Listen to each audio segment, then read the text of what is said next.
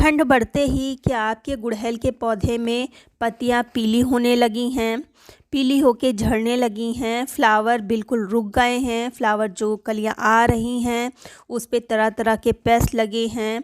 Paste के कारण flower का साइज़ भी बहुत ही छोटा सा रह जाता है, प्लांट पर ग्रोथ बिल्कुल रुक गई है। अगर ऐसी कंडीशन होने लगी हैं तो आप अलर्ट हो जाइए, धीरे धीरे आपका प्लांट डोरमेंट होने लगा है। अगर प्लांट डोरमेंट हो जाएगा तब वो प्लांट की ग्रोथ बिल्कुल रोक देगा। तो प्लांट को बिल्कुल डोरमेंट नहीं होने देना है। अगर आप सर्दियों में भी इनसे फ्लावरिंग चाहते हैं तो प्लांट डोरमेंट ना हो उसके लिए आपको समय समय पर इन पे कुछ ना कुछ डालते रहना है। तो मैं 2 चीज़ें ऐसी बताऊंगी जिसका प्रयोग आप सर्दियों में भी करेंगे। सर्दियों में भी आपके प्लांट पर ढेर सारी ग्रोथ भी होगी और फ्लावर भी आएंगे, फ्लावर का साइज़ भी इंक्रीज़ होगा। तो चलिए वीडियो को स्टार्ट करते हैं। Hello everyone, welcome to Meha's wonderful garden. Friends, आधा नवंबर हो चुका है, टेम्परेचर डाउन हो रहा है। धीरे धीरे जो देसी प्लांट था हिबिस्कस का उसने ग्रोथ बिल्कुल रोक दी है, लेकिन जो हाइब्रिड है और ग्राफ्टेड है अगर आप अच्छे से केयर करेंगे तो ये सर्दियों भर आपकी फ्लावरिंग करता रहेगा। तो उसके लिए खाद पानी तो ज़रूरी है ही है, धूप तो ज़रूरी है ही है, साथ ही साथ प्लांट की प्रूनिंग भी ज़रूरी है। छुटपुट आप उसकी प्लांट की प्रूनिंग करते रहिए। बहुत हार्ड प्रूनिंग नहीं करनी है, बस ऊपर से टिप कट करते रहिए। अगर ज़्यादा दिन हो गए हैं आपने नहीं किया है और फ्लावरिंग बिल्कुल रुक गई है तो आप ऊपर की टिप कट कर दीजिए। ये प्लांट की मैंने अभी 6-7 दिन हुए होंगे मैंने इसकी प्रूनिंग की, बहुत हार्ड प्रूनिंग नहीं की थी, ऊपर की टिप काटी थी। तो ये देखिए ये प्लांट है और देखिए इस पे आपको लाइट ग्रीन पत्तियां दिख रही होंगी। मैंने प्रूनिंग के बाद देखिए सब पत्तियां एकदम ग्रीन हो गई हैं और आपको कट के निशान भी दिख रहे होंगे। तो अगर आपके प्लांट पे ग्रोथ बिल्कुल रुक गई है और फ्लावर 1-2 ही आ रहे हैं तो प्लांट की टिप कट कर दीजिए। ये छोटी मोटी चीज़ें करते रहिए प्लांट पर, जैसे कभी गुड़ाई प्लांट पर कर दिया, कभी उसकी टिप प्रूनिंग कर दी, कभी एप्सम साल्ट का स्प्रे कर दिया। इस तरह से आप अगर प्लांट पर करते रहेंगे, वर्क करते रहेंगे तो प्लांट आपका डोरमेंट नहीं होगा। और अगर बिल्कुल आप इसको इसी की हाल पर छोड़ देंगे, कभी पानी मन हुआ दे दिया नहीं दिया, तो फिर ये प्लांट आपका डोरमेंट हो जाएगा, बिल्कुल ग्रोथ रोक देगा, पत्तियाँ पीली होके झाड़ने लगेगा। तो ये काम आप मत करिए, थोड़ा बहुत आप इस पे काम करते रहिए। दूसरा, आप इसको फुल सनलाइट में रखिए, बिल्कुल भी किसी भी चीज़ की शेड इन पे नहीं पड़ना चाहिए क्योंकि टेम्परेचर डाउन होने लगा है, रात में भी ओस पड़ने लगी है। तो दिन में अभी धूप अच्छी निकल रही है तो अच्छी धूप आप इनको दिलाइए। जब तक कि इनको धूप अच्छी मिलती रहेगी तब तक ये फ्लावरिंग करते रहेंगे। अब बात कर लेते हैं फर्टिलाइज़र की।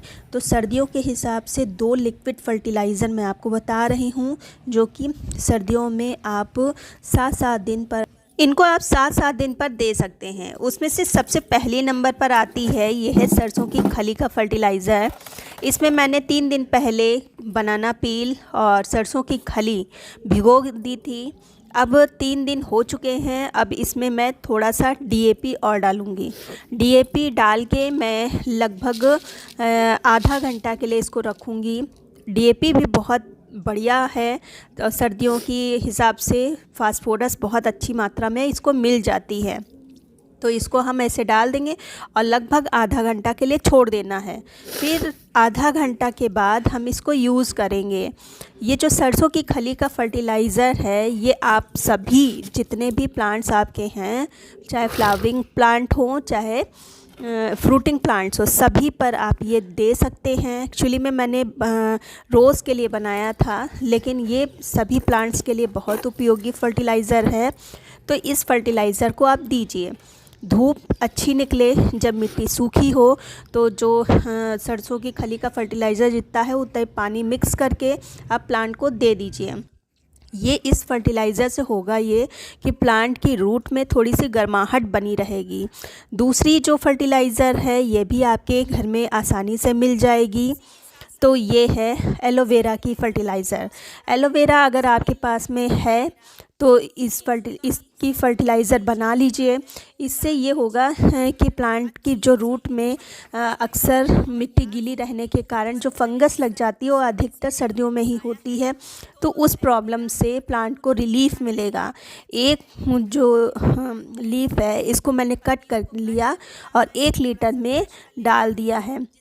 फिर जो दूसरी चीज़ लेंगे वो होगा पोटेशियम युक्त जो प्याज के पील होते हैं वो प्याज के छिलकों में पोटेशियम तो होता ही है, साथ में ही न्यूट्रिएंट भी पाए जाते हैं। बहुत ही इफ़ेक्टिव फर्टिलाइज़र है, तो इसको लेना है।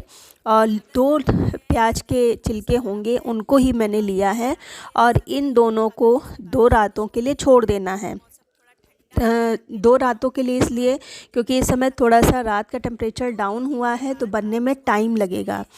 गर्मियों में बना रहे हैं तो जल्दी बन जाएगा। फिर 2 दिन के बाद पानी का कलर देखिए इस तरह का हो गया है। अब जितना ये पानी है उतना ही सादा पानी मिक्स करके हम अपने प्लांट को दे देंगे। जितने भी आप लिक्विड फर्टिलाइज़र जो आप ऑर्गेनिक बनाते हैं उनको बिना डाइल्यूट करके करें, आप अपने प्लांट को पर बिल्कुल भी ना दें। ये दोनों ही लिक्विड हिबिस्कस के लिए बहुत ही ज़्यादा उपयोगी हैं। 7 दिन पर आप एलोवेरा वाली फर्टिलाइज़र दीजिए और 7 दिन पर आप सरसों की खली वाला फर्टिलाइज़र दीजिए। दोनों ही फर्टिलाइज़र से आपका प्लांट अच्छे से ग्रोथ करेगा और फ्लावरिंग निकालेगा। आप देख रहे हैं इस मौसम में भी फ्लावर का साइज़ देखिए कितना अच्छा आया है। अच्छा, ये डिपेंड करता है प्लांट्स पर भी। कुछ प्लांट्स की वैरायटी ही होती है छोटे छोटे फ्लावर निकालने की, मिनिएचर निकालने की, और कुछ बड़े बड़े फ्लावर निकालती है। जैसे कि ये मेरे प्लांट्स आप देख रहे हैं रेड कलर के हैं, इन पे फ्लावर का साइज़ बड़ा ही आता है। मिनिएचर वाले आपने आगे देखे थे, उस पे छोटे ही फ्लावर आते हैं। आप चाहे जो कुछ डाल ले छोटे ही आएंगे, तो डिपेंड इस पे भी करता है।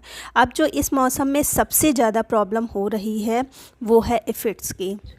जो ब्लैक कलर के कीड़े लग जाते हैं कलियों में प्लांट की टिप पर, जिसके कारण प्लांट की ग्रोथ भी रुक जाती है और कलियां भी बिना खिले गिर जाती हैं। अगर फ्लावर भी खिलते हैं तो छोटे साइज़ के। तो उसके लिए मैंने आधा लीटर पानी लिया है और सबसे पहले मैंने हैंड वॉश डाला है। अगर छुटपुट ऐसे प्रॉब्लम है तो हैंड वॉश डालिए, और अगर आपके पास नीम ऑयल है तो उसको डाल दीजिए। है मेरे पास नीम ऑयल है, लेकिन मैं थोड़ा एक ही प्लांट पर है तो ज़्यादा नीम ऑयल नहीं यूज़ करूँगी। अभी मैं इसी का यूज़ कर रही हूँ, और फिर देखती हूँ नहीं हटेगा तो फिर नीम ऑयल डाल के भी करूँगी। और इस तरह से धार से प्लांट पर के टिप पर जहाँ पर कीड़े लगे हैं वहाँ से इसको रिमूव कर दूँगी। अगर प्लांट पर बहुत ज़्यादा प्रॉब्लम है तो जो नीम की पत्तियाँ होती हैं उनको उबाल के आप स्प्रे कर दीजिए। वैसे तो ये हैंड वॉश से ही चले जाते हैं, लेकिन प्रॉब्लम ज़्यादा है तब आपको नीम की पत्तियों का यूज़ करना पड़ेगा। अगर नीम ऑयल नहीं है तो, नीम ऑयल है तो अच्छी बात है, आप उसको यूज़ करिए। लेकिन अगर जैसे 1 ही 2 प्लांट होता है तो इतनी सारी चीज़ें नहीं होती हैं, तब आप नीम की पत्तियों का यूज़ करिए, बहुत अच्छा रिज़ल्ट मिलेगा। उम्मीद करती हूँ वीडियो अच्छा लगा होगा। अगर अच्छा लगा है तो लाइक कर दीजिए।